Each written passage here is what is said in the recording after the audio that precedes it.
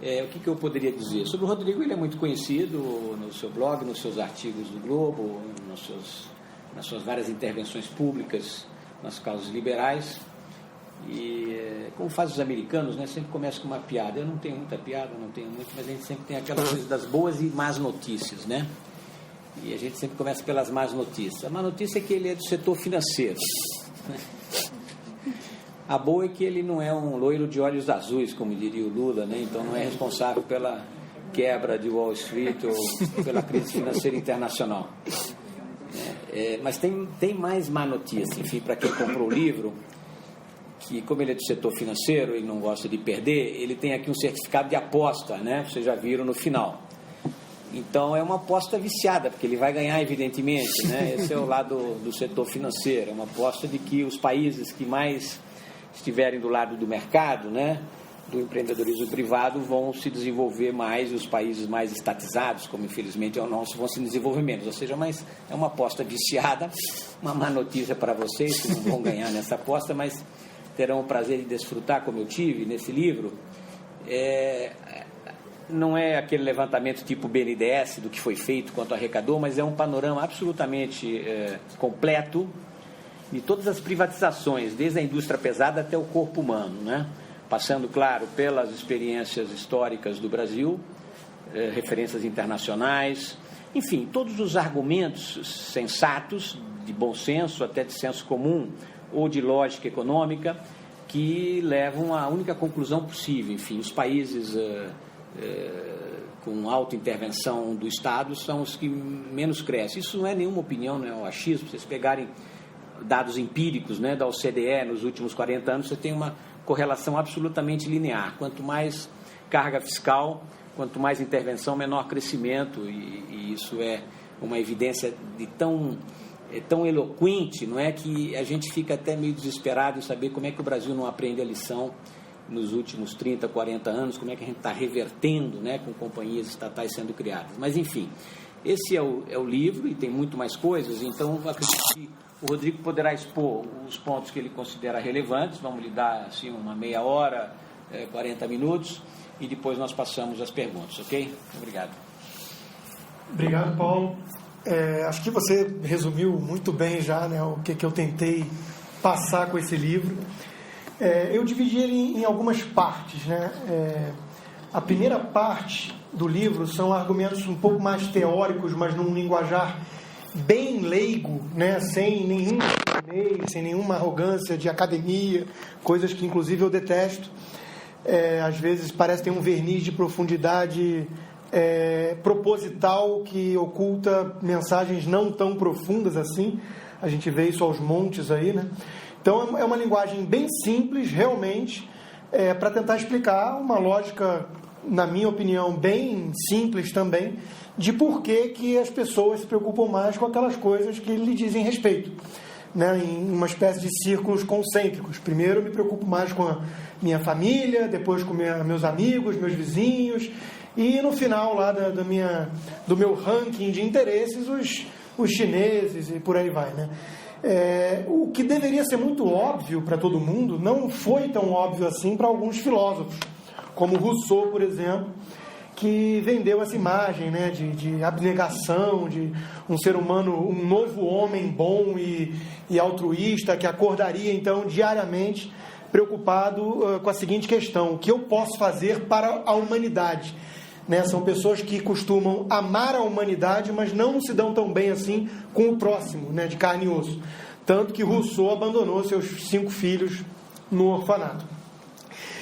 Então, essa primeira parte do livro, ela tenta explicar por que os empresários, os proprietários de empresas, eles vão ter um mecanismo de incentivos muito mais adequado para estar melhorando a excelência e a produtividade de suas empresas e atentos à demanda do consumidor. Então, esse mecanismo de propriedade privada num ambiente de livre concorrência, naturalmente é o mecanismo que melhor atende às nossas demandas, enquanto consumidor, enquanto trabalhador, e que mais prosperidade gera. Eu brinco, né, no começo de um capítulo perguntando quem é que lava carro alugado? Quem é que cuida tão bem assim de um carro alugado, se preocupa em entregá-lo em perfeito estado na locadora, se preocupa em não gastar tantos freios e por aí vai. É óbvio que nós cuidamos melhor do nosso próprio carro, da nossa própria casa. Esse pronome possessivo, né? E por isso, logo no começo do livro, fica claro que eu dediquei o livro à minha mulher, né? Eu fiz questão de colocar o minha grifado. Óbvio que ela não é minha propriedade, né? Mas se um economista tentar explicar, olha, eu te trato como se você fosse minha propriedade, isso não é algo tão ruim, talvez ele levasse um tapa na cara, mas com algum tempo e boa vontade, os argumentos ficarão claros de que isso não é uma ofensa, muito pelo contrário. Essa aliança que eu carrego no dedo é um sinônimo, né, de algum elo de posse, entre aspas, entre ambos, né, ou pelo menos um contrato, um acordo, e que eu brinco então nesse capítulo inicial, que a exceção de Julia Roberts no Pretty Woman, Uma Linda Mulher, que, lembrando obviamente que se trata de um filme, né, as pessoas não vão tratar tão bem assim as prostitutas, que também caem na categoria de aluguel temporário, né, enquanto que as suas esposas, mães de seus filhos, que eles têm em mente a construção de uma vida em conjunto, né, vão merecer uma atenção totalmente diferenciada. Então isso para mim é trivial, realmente, é o óbvio ululante, mas já dizia Nelson Rodrigues que às vezes precisa de um gênio ou de um profeta para enxergar o óbvio ululante, ainda mais abaixo da linha do Equador, que nós sabemos que há uma preferência por teorias um tanto esquisitas. Aí depois eu venho com um pouco mais de história, mostrando os exemplos bem-sucedidos e de onde mais ou menos começou esse processo recente de privatizações, que foi com Margaret Thatcher na Inglaterra, na década de 80, e falo então do próprio caso de sucesso da Inglaterra, depois mostro o caso francês, que é um caso bem peculiar, porque a mentalidade dirigista, estatólatra na França é muito forte, desde do Luís, que falava o Estado sou eu, né? Colbert, que gerou a mentalidade toda mercantilista.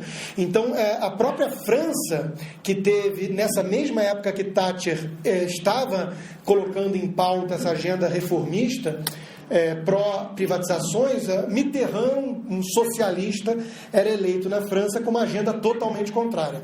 Bastaram 2 anos de reformas socialistas totalmente contrárias a tudo isso que eu defendo no livro, para ficar evidente que era o caminho da desgraça, e até mesmo um socialista num país bastante dirigista como a França teve que privatizar e teve que reformar na direção contrária àquilo que ele pretendia durante os anos 80. Depois passo por um caso de insucesso, e acho importante isso, porque logo no começo do livro eu falo que privatização por si só não é uma receita mágica, não é uma panaceia, não vai curar todos os males que assolam a sociedade, e um caso que isso fica claro é o caso da Rússia. O caso da Rússia, pós queda do Império Soviético, houve um vácuo de poder, e as privatizações foram feitas pelo governo Yeltsin, um governo fraco, que temia, e com razão, o retorno dos comunistas. Isso era um risco verdadeiro na época, mas foi feito a toque de caixa, foi feito às pressas, sem os arcabouços institucionais decentes criados para sustentar aquele programa de voucher, né? Faltou citar que o grande ponto positivo do programa de Thatcher foi essa questão de popularizar o capitalismo. As privatizações foram feitas com base em vouchers, tornando muitos cidadãos ingleses capitalistas, acionistas daquelas empresas estatais que foram privatizadas. Isso foi muito importante, até mesmo para ter o apoio popular para o que veio em seguida. Na Rússia foi feito com base em voucher, mas para uma população ignorante, com muita assimetria de informação, com muita carência e demanda reprimida, que viu da noite para o dia em seu bolso um vale que tinha valor, que foi trocado por qualquer coisa no mercado, em desespero, sem entender o que era era essa empresa que ele tinha acesso, até mesmo porque essas empresas sequer tinham balanços contábeis, faltava uma CVM, quer dizer, era totalmente lei da selva, e muitos oportunistas ligados à própria nomenclatura soviética se aproveitaram disso, e a privatização lá passou a ter uma má impressão por conta desse modelo feito talvez em hora errada. Então essa segunda parte passa pela experiência ao redor do mundo e fala obviamente também da China, que teve um governante mais pragmático dentro do Partido Comunista, que foi o Deng Xiaoping, que tinha a famosa frase que não me importa a cor do gato desde que ele pegue o rato, e ali começou um processo de privatização ou de mais liberdade para o setor privado que revolucionou a China, e até hoje nós ainda vemos os efeitos disso com um país que conseguiu crescer mais de 10% ao ano durante um longo período. Acabado então a experiência ao redor do mundo, em alguns exemplos importantes, eu chego na América Latina. E aí, quando eu chego na América Latina, eu falo muito rapidamente dos outros países em volta, mas aí cai na questão mais importante, que é a terceira parte do livro, que vai falar então de todas as experiências que nós tivemos no Brasil, que infelizmente é incrível que o termo privatização ainda tenha uma conotação tão negativa, tão pejorativa, a despeito de tantos casos de sucesso que são citados e argumentados e com fatos no livro, que vai ficar claro, espero eu, para todos os leitores, que é indefensável a tese de que a privatização foi ruim. E é curiosíssimo que em todos esses casos os argumentos usados pela oposição ao movimento de privatização eram sempre os mesmos. Trata-se de um setor estratégico, entreguismo, os estrangeiros vão explorar nossos recursos e levar o capital embora. Eram sempre os mesmos recursos idiotas que eram usados para combater o processo de privatização, e isso não aconteceu em caso algum, né? Vale com minério de ferro, Embraer, setor estratégico, até mesmo a questão dos adubos, né, químicos, da questão de fertilizantes, foi usado esse argumento. Tem algumas citações fantásticas pinçadas aí no livro, né, do próprio ex-presidente Lula, falando que como é que você pode entregar para o setor privado um setor tão estratégico quanto o setor que produz o fertilizante usado para a produção de alimento. E aí conclui-se por argumentação lógica que então o Estado deveria produzir os alimentos. Se o alimento é estratégico, e sem dúvida nenhuma o alimento é o setor mais estratégico, só podemos concluir que o Estado deveria, então, produzir alimentos. Nós conhecemos as experiências que fizeram isso, a China e a União Soviética, e o resultado foi morte de milhões e milhões de pessoas por inanição, né? Mas eram sempre os mesmos argumentos, e nessa parte do livro eu vou mostrando com bastante riqueza de dados que essas empresas realmente experimentaram uma verdadeira revolução em sua produtividade, agregando muito para o país em termos de aumento no quadro de funcionários, né? Um dos argumentos sempre usado contra a privatização: vai ter demissão, eles vão ganhar em cima dos trabalhadores demitidos.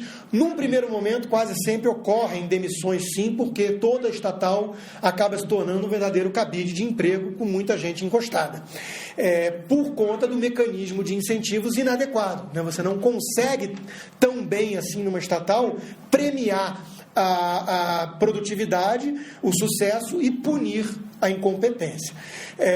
Então, no início, às vezes ocorrem demissões, mas quase sempre essas empresas passam a contratar muito mais, porque elas passam a crescer e ser muito mais eficientes. Tem vários mitos que são derrubados ao longo do livro, né? Nada melhor do que esse estudo de casos, né, dessas empresas que foram privatizadas para deixar isso claro. Outro ganho fantástico é através dos próprios impostos. Quer dizer, não só essas empresas, enquanto estatais, eram deficitárias, como o caso da Embraer, que consumia milhões e milhões dos contribuintes, dos pagadores de impostos, então elas eram deficitárias, exigindo nossos recursos para cada hora tampar mais buraco, como elas passaram a ser extremamente lucrativas depois, o que significa, obviamente, a arrecadação de bilhões e bilhões de impostos a mais que servem, a princípio, né, para escolas e hospitais decentes, né, que seriam as funções aceitáveis, precípuas do governo. Né? Se isso se perde num mar de corrupção, de assistencialismo demagógico e populista, aí já é uma outra história, e eu argumento no livro que boa parte da má fama das privatizações se deve muitas vezes ao mau uso dos recursos, o que não é, obviamente, uma acusação às privatizações em si, é uma acusação ao governo em questão que deu um destino inadequado para esses recursos. Uma outra parte importante que é preciso destacar é que as privatizações no Brasil foram realizadas por um partido, basicamente, né, os tucanos, o PSDB, que não tinha tanta convicção assim, né, na causa. Foi muito mais por necessidade mesmo de caixa e de reduzir ali o Estado, né, enfrentando pressões deficitárias e tudo mais, do que por uma convicção ideológica no livre mercado e não no Estado empreendedor, o Estado empresário. Isso também foi muito ruim porque nós vimos o que aconteceu pós-privatizações nas outras eleições, com esses candidatos desse partido se colocando sempre na defensiva e sequer com coragem para defender o caso de sucesso, como foi o caso da Telebrás. Quer dizer, nem mesmo um petista tem coragem hoje em dia de argumentar em prol da reestatização e do retorno da Telebrás, porque seria um tiro no pé, mas os tucanos não têm coragem de defender com ênfase aquilo que fizeram naquela época e, ao contrário, saem logo se transformando em outdoors ambulantes de estatais. Uma quarta parte é reservada àquilo que ainda falta privatizar. E aí tem duas subpartes. Uma delas são estatais mais evidentes, como o caso dos Correios, como o caso da Petrobras, como o caso dos bancos públicos, né, do Banco do Brasil e da Caixa Econômica, que hoje estão fomentando uma bolha de crédito no Brasil. Então, uma primeira parte dessa quarta parte é reservada a essas estatais evidentes que ainda faltam ser privatizadas e adivinhem os argumentos usados contra essas privatizações. São setores estratégicos, é tudo igual, né? A história, se não se repete, rima, como dizia Mark Twain, e uma outra parte aí é reservada realmente para um pouco além, né? Sair um pouco do quadrado e pensar um pouco mais longe em setores, eventualmente, que fogem completamente do debate sobre privatização, sobre política e economia no Brasil, como, por exemplo, privatizar a moeda. Hayek, que foi prêmio Nobel de Economia, chegou a levantar essa bandeira, tem um livro sobre isso. Privatizar oceanos, né, peixes, tem a Islândia e o Canadá e o Chile, são países que têm cotas privadas para peixe, para pescaria, porque a indústria pesqueira é muito importante nesses países, e entenderam que o mecanismo de mercado acaba funcionando muito melhor do que discursos e retórica sensacionalista em prol dos pobres pescadores. Enfim, tem uma parte toda mais ousada para quem não aceita dogmas nos debates, que vai levar, espero eu, a mente do leitor um pouco mais longe para questionar até que ponto não poderíamos ter florestas privatizadas, ruas privatizadas, né? Então entra aí numa seara de reflexões um pouco mais, não sei se utópicas, mas sem dúvida nenhuma radicais. Por fim, tem uma última parte do livro que foi com muito carinho guardada para o que eu chamei de privataria petista. E a privataria petista, ela se divide em duas partes também. A primeira é a parte que o próprio PT, a despeito de todo o terrorismo eleitoral, todo o discurso contra a privatização, quando chegou no poder e se defrontou com a realidade, teve que privatizar. Então precisa ter uma Copa do Mundo minimamente organizada, porque o resto do mundo vai estar de olho no Brasil, privatiza-se aeroportos, privatiza-se rodovias e por aí vai. Então, uma parte é reservada a essa privataria petista que foi mal feita, sem um arcabouço institucional, setorial, minimamente decente, pensado em prol de mais concorrência e tudo mais. Tem casos um tanto esdrúxulos, como a privatização de Guarulhos, o principal aeroporto privatizado, que foi privatizado com mais de 90% com financiamento de um banco público nacional para uma estatal sul-africana. Quer dizer, é uma coisa meio estranha, não é exatamente isso que nós liberais defendemos quando falamos em privatização, em livre mercado, nesse tipo de coisa.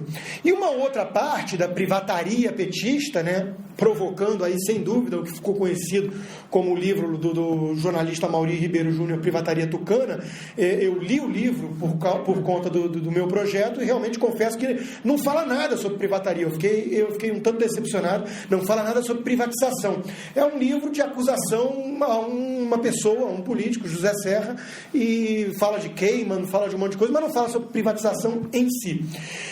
Curiosamente, esse jornalista se coloca contra a privatização, mas eu pesquei para esse livro aí declarações dele de que o PT estava transformando a Petrobras em 2009 e alguns funcionários da Petrobras em sheiks brasileiros por conta dos salários enormes e tudo mais. Então eu não sei se ele consegue juntar Lé com Cré e entender que o mecanismo de incentivo tem alguma coisa a ver com isso. Mas essa privataria petista, o que quer dizer então? Ela quer dizer basicamente o aparelhamento da máquina estatal feita pelo Partido dos Trabalhadores. O PT é um partido que não entendeu nunca a separação entre partido, Estado e governo. Para eles, essas três coisas são iguais. Partido é governo, governo é Estado. É isso que faz o Palácio do Planalto, a Granja do Torto ter uma estrela vermelha. É isso que faz essa mistura completa entre governo, partido e Estado. Eles não entendem a divisão de poderes. Eles tentaram comprar tudo e todos. O mensalão, que está agora julgado com resultado de condenação da principal cúpula do partido, considerada, sim, uma máfia quadrilheira, golpista, né, que tentou solapar a nossa democracia. Isso é o quê? Isso é a privatização, entre aspas, a privataria do Congresso. Né? O aparelhamento em estatais, em agências reguladoras, em quase todos os órgãos, no IPEA, né? Vários órgãos nós tivemos um aparelhamento total do partido, né? Confundindo novamente Estado, governo e partido. Chegando ao grau extremamente preocupante e ousado de colocar até mesmo petistas disfarçados de ministros no Supremo Tribunal Federal. Isso é uma coisa perigosíssima para a democracia no Brasil, e isso foi feito, ficou evidente a todos que têm olhos para enxergar e ouvidos para escutar durante o processo do julgamento do mensalão. Então, a privataria petista é esse uso da máquina para fins de poder de um partido.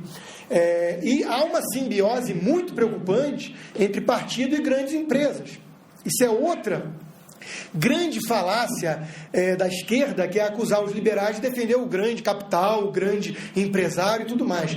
Esse modelo simbiótico entre governo e grandes empresas, cujo BNDES é o grande elo, né, é o grande cordão umbilical, é algo que nós liberais não defendemos, sem sombra de dúvida. Isso fica claro no meu livro. Eu mostro como o BNDES foi transformado numa agência de fomento de bolsa empresário. É isso que é. Eu tenho usado o meu espaço no Jornal Globo para fazer essa acusação, inclusive mereceu a resposta do grupo EBX, de Ike Batista, que se sentiu atacado, e foi atacado nominalmente no meu artigo, mas se sentiu ofendido e veio argumentar que apenas 10% do seu financiamento veio do BNDES. Em primeiro lugar, apenas 10% não é tão pouco, e vale ressaltar que no início, quando você tem essa moleza, isso atrai financiamento de outras empresas depois que você tem bilhões e bilhões do BNDES.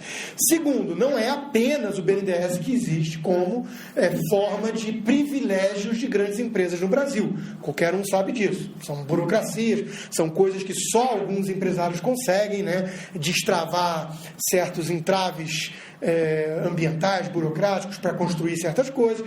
Enfim, num país onde o governo concentra poder demais, em demasia, e arbitrário, todos os grandes empresários são reféns do governo no Brasil. E isso vale para todos esses modelos de muita concentração de poder no governo. Exemplo que eu dou no livro é a Argentina, que está indo buraco abaixo, de Kirchner, que quis controlar o papel usado para os jornais, que é vendido por uma empresa com participação estatal, e quem controla o papel de impressão de jornal controla os jornais. Isso já era um alerta que Hayek fazia no seu mais popular e famoso livro, O Caminho da Servidão. Então, a privataria petista, para fechar o livro, é justamente essa tomada do Estado por um partido. E eu só vejo uma saída para esse problema, que é, sem dúvida nenhuma, reduzir a quantidade de recursos que passa por Brasília e a quantidade de estatais, por exemplo, que o governo tem ao seu dispor para uso de governabilidade, leia-se de fisiologismo e por aí vai. Então é isso, o livro é um livro polêmico, eu não tenho a menor dúvida disso, meu interesse é trazer mais polêmica para esse debate, porque eu vejo, inclusive no Brasil, com muita tristeza, esse debate de forma totalmente enviesada para o lado de lá. Quer dizer, hoje em dia, o sujeito que fala em praça pública que quer vender e privatizar a Petrobras, ele corre o risco de ser olhado de uma forma mais ofensiva e esquisita do que se ele falar que é polígamo e dorme com cabras. Então, é realmente uma coisa que no Brasil não tem muito espaço para isso, e apesar da esquerda acusar o neoliberalismo, esse fantasma criado pela mitologia canhota, apesar da esquerda acusar o neoliberalismo por todos os males do Brasil, como dizia o saudoso Roberto Campos, o liberalismo novo ou velho passou mais longe do Brasil do que a constelação de Ursa Maior do planeta Terra. É isso, vamos abrir para perguntas. Obrigado.